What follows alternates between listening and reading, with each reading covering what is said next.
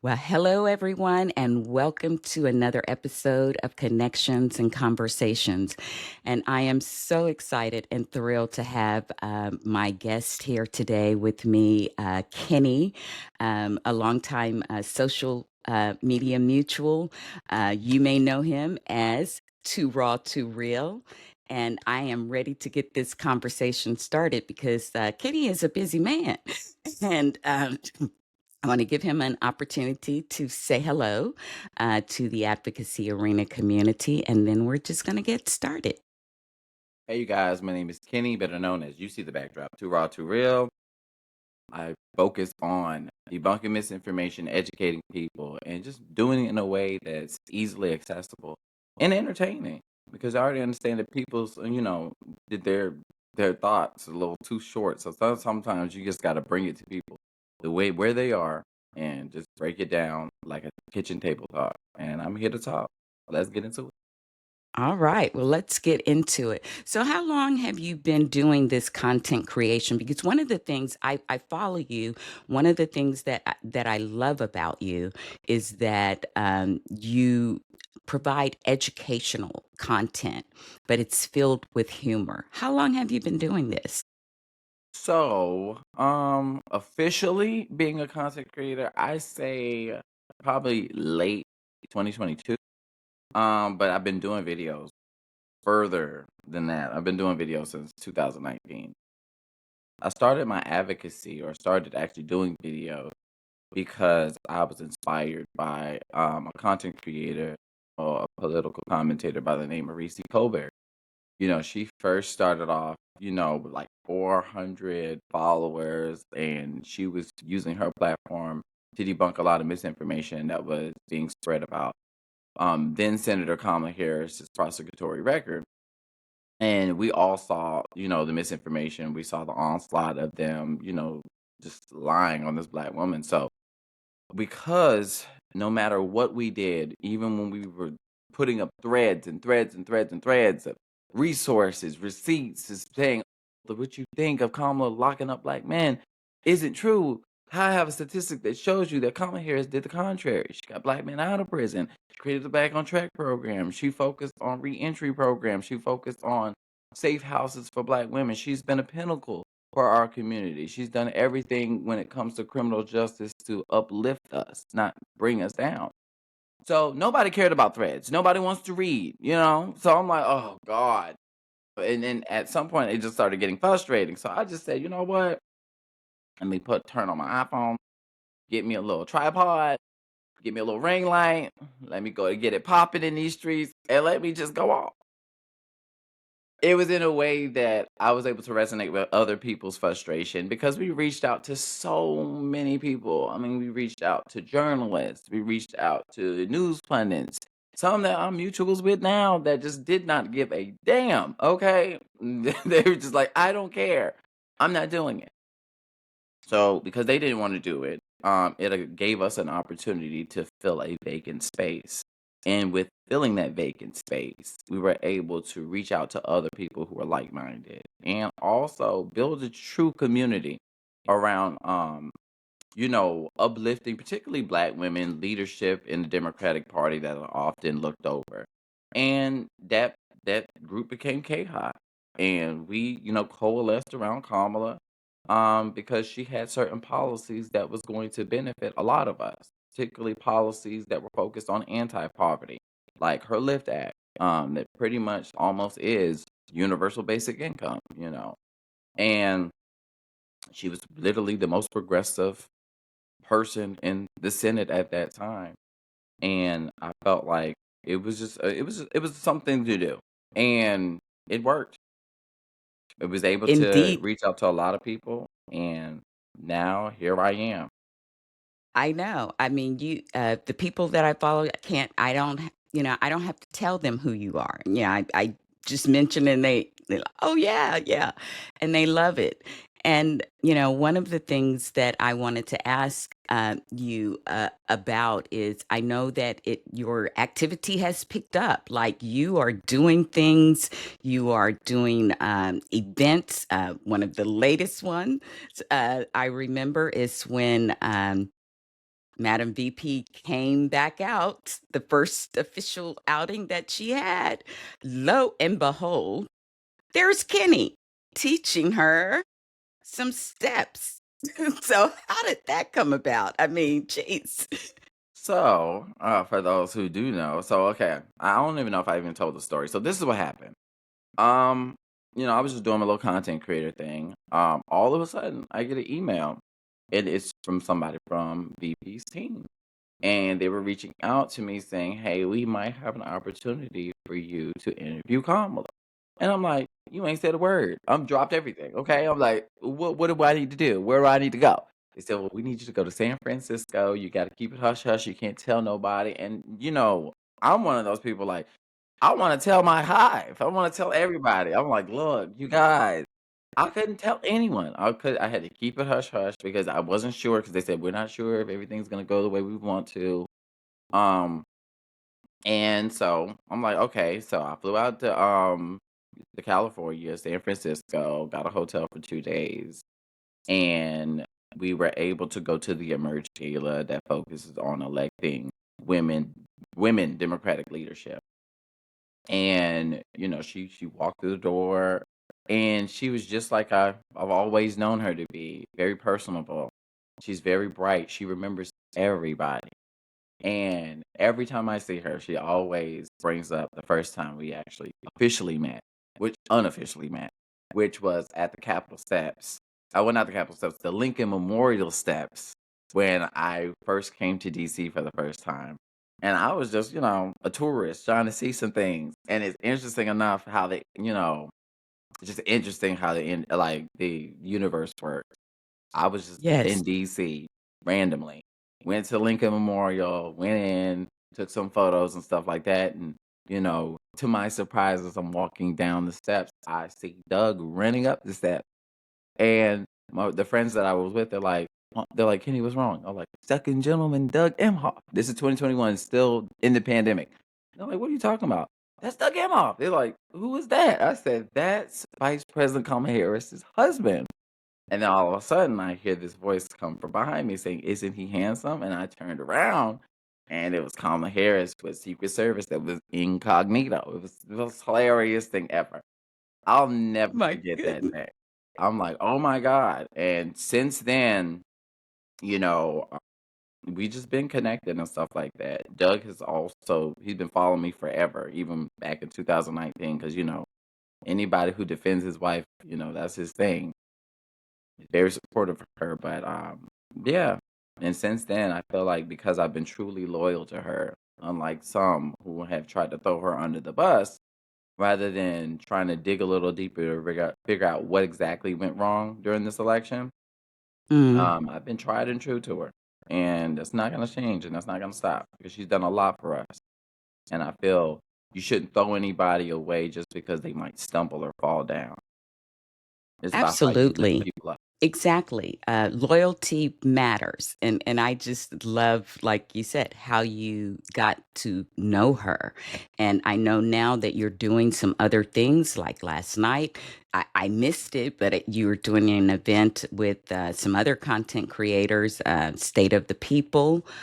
You have your own channels and stuff. And when we air this episode, I'll make sure to put all of your links in there. So if anyone doesn't know who 2RawTooReal is, we're going to tell them where they can find you because you absolutely are inspiring. Because as I said, you give people like you. Sometimes I am just howling. I can't always repost your stuff. I could, but I have a lot Look, of I grandmas and people understand. following I, me. I've been a little bit more calm nowadays, with a little counseling. I'm just playing. But But I my content for anybody who's never watched it is not for everybody, but it's a mix. Sometimes I'm calm, sometimes I'm cool, sometimes I'm collected, but I'm always funny. That's one thing. I'm always gonna be entertaining. But it's always gonna be educational substance. You're gonna be able to find gems and jewels, and it's perfect resources for when you're trying to also educate others who may not be in the political sphere, people who just don't care about politics.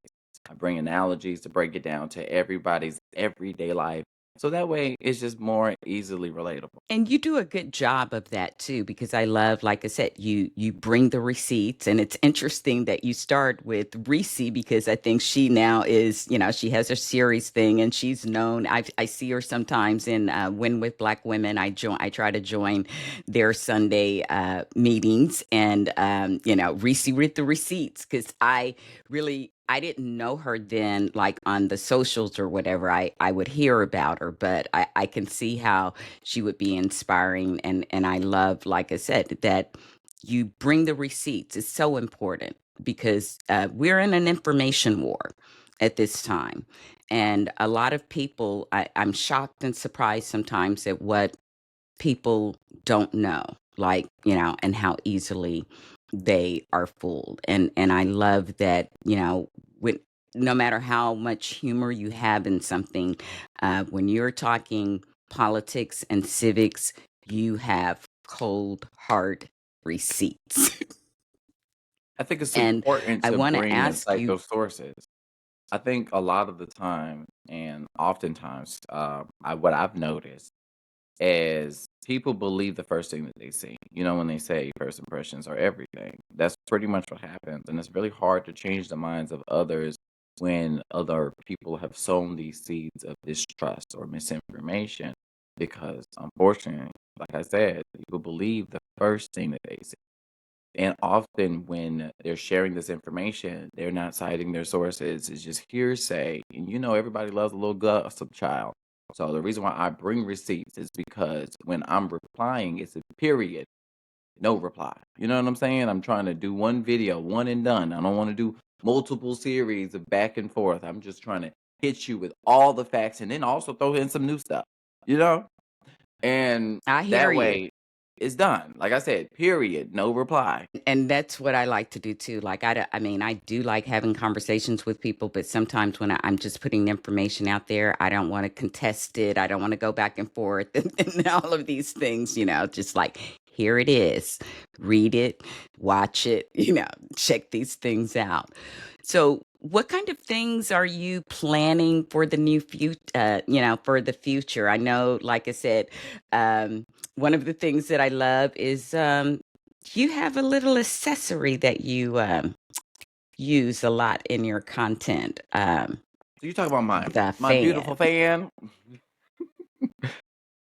Yes. Well, my main goal going forward is so I invested a little bit. Okay, I'm still in the process. I'm just focused on getting a camera and doing some more, onboarding so I can know how to do kind of what you're doing. I want to set up a podcast, to be honest. Um, and interesting enough, I'm going to try to take a playbook from an op.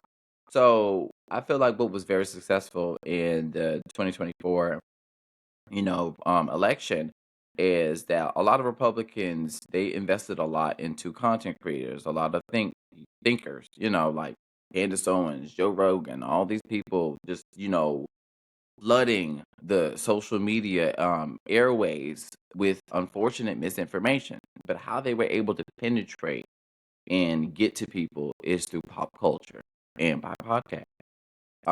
Most of the time they didn't always focus on just the political sphere. They talked about things that were relevant, things that people cared about, and even though they may not be substantive, but things that people cared about, whether it be their favorite artist, what's the new scandal, what do people think about, Diddy, what do people think about what's going on. So what I'm gonna do Mm-hmm. is I'm gonna focus and blend pop culture and politics and talk about things like everyday lives. I remember when I was on Twitter a lot, especially in 2022, I used to host Twitter Space.